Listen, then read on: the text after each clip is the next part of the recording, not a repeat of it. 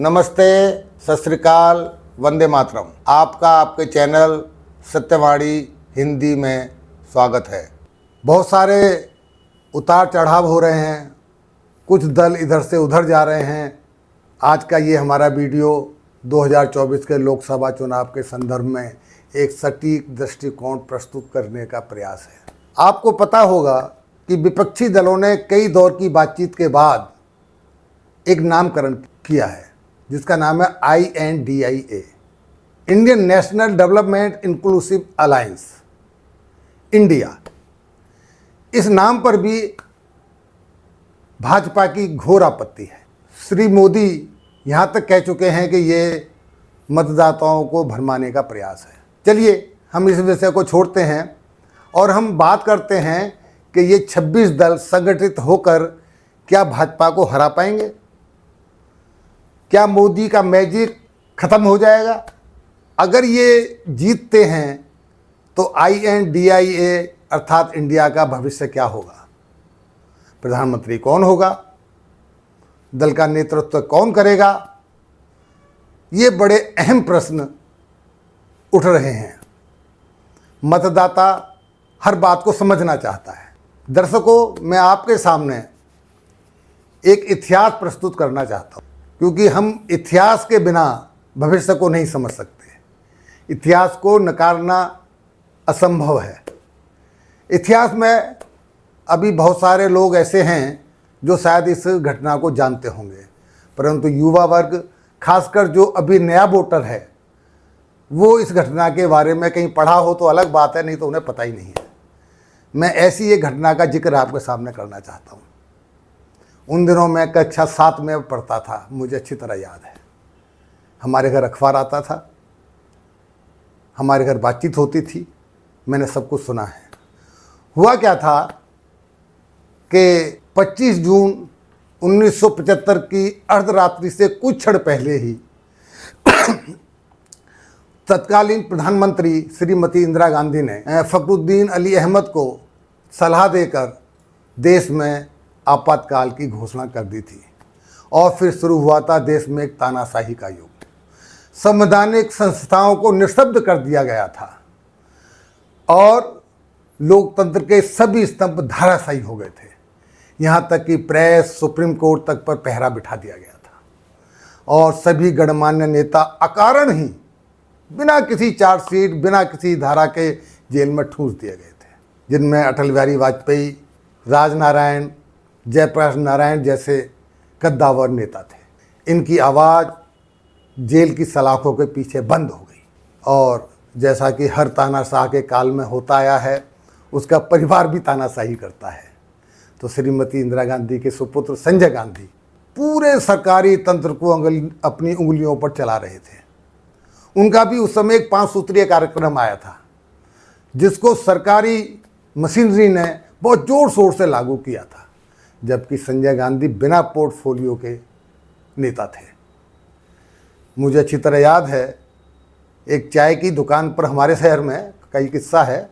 एक चाय की शॉप पर कोई व्यक्ति चाय पी रहा था। चाय पीते पीते उसने इंदिरा जी के बारे में कुछ उल्टा पुल्टा बोल दिया। बस फिर क्या था, कुछ देर बाद पुलिस आई, उस आदमी को पकड़ ले गई। 15 दिन तक जेल में रखने के बाद उसकी नसबंदी करके उसको रिहा कर दिया। सारे लोग डरे हुए थे, मौन थे, पर अंदर से क्रुद्ध थे। विदेशी अखबार भारत सरकार की नकारात्मक छवि पेश कर रहे थे। ऐसा दौर था वो मित्रों। इसके बाद अचानक ही इंदिरा जी को उनके सलाहकार, जैसे बंसीलाल जैसे उनके खास सलाहकार थे उस समय, उन्होंने सलाह दी कि आपकी लोकप्रियता देश में बढ़ गई है, ये हमने सर्वे किया है। जबकि लोकप्रियता बढ़ी नहीं थी, लोग बोलने से डर रहे थे। तो उन्हें लगा कि शायद इंदिरा गांधी का बड़ा असर हो गया है। और हुआ ये कि इंदिरा जी ने 18 जनवरी 1977 को मार्च में इलेक्शन की घोषणा कर और इसके साथ ही काफ़ी नेताओं को रिहा किया, जिनमें चौधरी चरण सिंह, अटल बिहारी वाजपेयी, जयप्रकाश नारायण थे। लेकिन जॉर्ज फर्नांडिस सरीखे बहुत सारे नेता अभी भी जेल में बंद थे, उनको रिहा नहीं किया गया था। रिहा हुए नेताओं ने मिलकर इंदिरा गांधी को सरकार से हटाने का फैसला किया और उन्होंने एक छत्र के नीचे आकर इंदिरा कांग्रेस से लड़ने का फैसला किया। जनता पार्टी का गठन हुआ, बड़े ज़ोर शोर से हुआ और एक बहुत ही अच्छी छवि के क्रांतिकारी नेता जयप्रकाश नारायण उस दल का नेतृत्व कर रहे थे, जनता पार्टी का।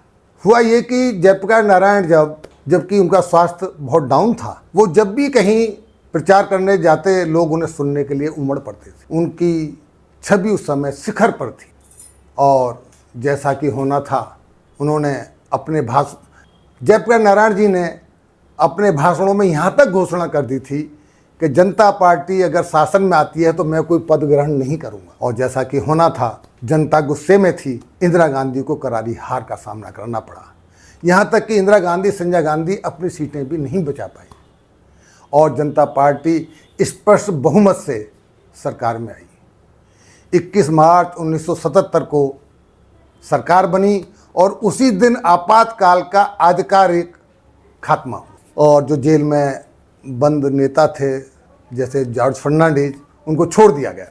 देश के प्रथम प्रधानमंत्री जो कि गैर कांग्रेसी थे, मोरारजी देसाई बने और गृह मंत्री बने चौधरी चरण सिंह। लेकिन कुछ ही दिन के बाद में इनमें आपसी मतभेद शुरू हो गए, महत्वाकांक्षाएं टकराने लगीं और 8 अक्टूबर 1979 को जयप्रकाश नारायण जी का दुखद अंत हो गया। पार्टी एक तरह से नेतृत्वहीन हो चुकी थी। राजनारायण चौधरी चरण सिंह ने मोरारजी देसाई सरकार से समर्थन वापस ले लिया और मोरारजी देसाई की सरकार गिर गई। उसके बाद मोरारजी देसाई ने राजनीति से ही संन्यास ले लिया। चौधरी चरण सिंह की सरकार बनी, कभी चंद्रशेखर की सरकार बनी, पर कोई भी सरकार मित्रों टिक नहीं पाई।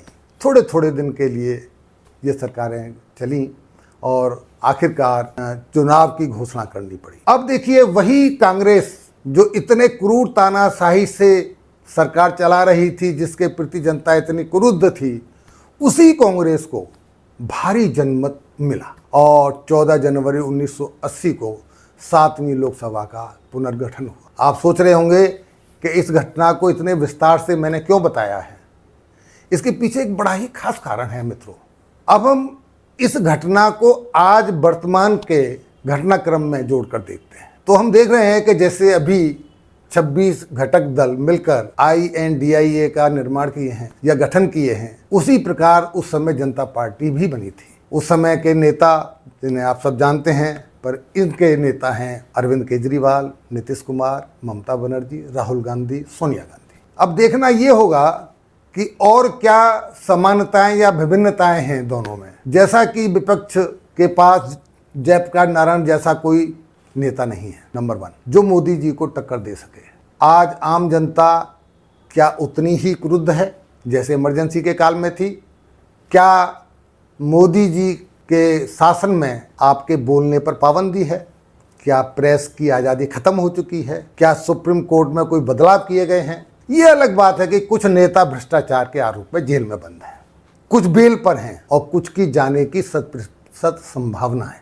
ये सभी आरोप भ्रष्टाचार के हैं। ईडी और CBI का चमत्कार या आप जो समझें, ये आपके विवेक के ऊपर। और कोई इल्ज़ाम इनके पास नहीं है और इनके पास में ऐसी बात नहीं है जो ये मोदी सरकार के खिलाफ कह सके। अभी जब अरविंद केजरीवाल जी को मैं सुन रहा था, वो पार्टी की मीटिंग में कह रहे थे कि भाइयों बहनों, ये जो हमने एक नया दल बनाया है या एक संगठन बनाया है, ये मत सोचना कि हम अपने फायदे के लिए बना रहे हैं, ये हमने आम जनता की भलाई के लिए बनाया है। उनके इसी वक्तव्य में वो अपनी बात स्पष्ट कर जाते हैं।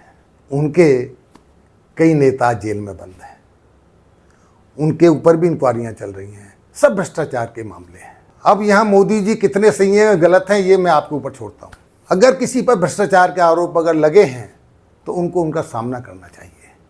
और जहाँ तक जांच एजेंसियों के प्रताड़ना की बात है, तो इस देश में जांच एजेंसियों का सबसे बड़ा विक्टिम, पीड़ित कोई व्यक्ति है तो वो है नरेंद्र मोदी, जिसने पूरे 10 साल तक जांच एजेंसियों का सामना किया और सुप्रीम कोर्ट से अपने आप को निर्दोष साबित कराने में सफलता पाई।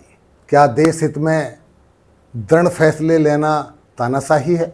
शायद नहीं। अब ये प्रश्न उठता है कि अगर ये मान भी लिया जाए कि INDIA जीत जाएगा और बहुमत किसी तरह ले आएगा, तो क्या ये सरकार बनाने में सफल हो पाएंगे? कैसे? मैं आपसे पूछता हूँ, प्रधानमंत्री कौन होगा? अरविंद केजरीवाल, ममता बनर्जी, राहुल गांधी, नीतीश जी कई बार अपने आप को प्रधानमंत्री पद के दावेदार कह चुके हैं। क्या ये बात फिर नहीं उठेगी? सिर्फ टब्बल जरूर होनी है और उस समय फिर वही संकट आएगा। चलिए किसी तरह सरकार बन जाती है, क्या विचारधाराएं, महत्वाकांक्षाएं अपना असर छोड़ देंगी? शायद ऐसा संभव नहीं है। क्या 1979 जैसी परिस्थितियां पुनः नहीं बन जाएंगी? एक कमज़ोर सरकार कभी देश का भला नहीं कर सकती दोस्तों। सरकार को सुदृढ़ होना चाहिए, पूर्ण स्पष्ट बहुमत के साथ आना चाहिए। अब एक दूसरी ऑप्शन भी है कि यदि पूर्ण बहुमत बीजेपी को नहीं मिलता है और कांग्रेस की सीटें कुछ कम आती हैं, क्या तोड़फोड़ नहीं होगी? इसकी पूर्ण संभावना है। अब मैं आपको एक दूसरा प्रमुख तथ्य है उससे भी अवगत करवाना चाहता हूँ। जितने भी INDIA में नेता हैं सभी लगभग क्षेत्रीय नेता हैं। अखिलेश यादव, ममता बनर्जी, नीतीश कुमार, अगर कांग्रेस को अपवाद स्वरूप छोड़ दिया जाए, एक कांग्रेस को छोड़कर, ये सभी क्षेत्रीय नेता अपने क्षेत्र के अलावा कहीं कोई महत्व नहीं रखते हैं। मैं पूछता हूँ, अखिलेश यादव अगर राजस्थान में कांग्रेस को अगर समर्थन दे देते हैं उसे क्या फ़र्क पड़ेगा? अगर वो बिहार में या मध्य प्रदेश में किसी पार्टी को समर्थन देते हैं उसे क्या फ़र्क पड़ेगा? शायद कुछ नहीं। और सबसे बड़ा प्रदेश है उत्तर प्रदेश, जहाँ योगी आदित्यनाथ विराजमान है। उनके शासनकाल में प्रजा बड़ी खुश है, ऐसी रिपोर्टें हैं। और लगता है कि वहाँ बीजेपी को हराना संभव है। कुछ लोग तो ये भी मानते हैं कि सीटें जितनी पिछली बार आई थीं उससे और ज़्यादा आएंगी।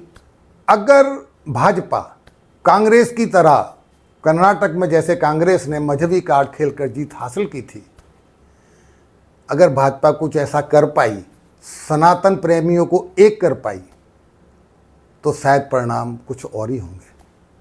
इसकी भी संभावना है, क्योंकि ये जितने भी दल इकट्ठा हुए हैं ये सब मुस्लिम तुष्टीकरण के नाम पर सनातनियों को कुछ न कुछ उल्टा पुल्टा बोलते रहे हैं। दोस्तों, जैसा भी वीडियो बनाया आपके सामने है, मैं आपसे एक अनुरोध करता हूँ कि आप मेरे वीडियो को लाइक करें, सब्सक्राइब करें और शेयर करें।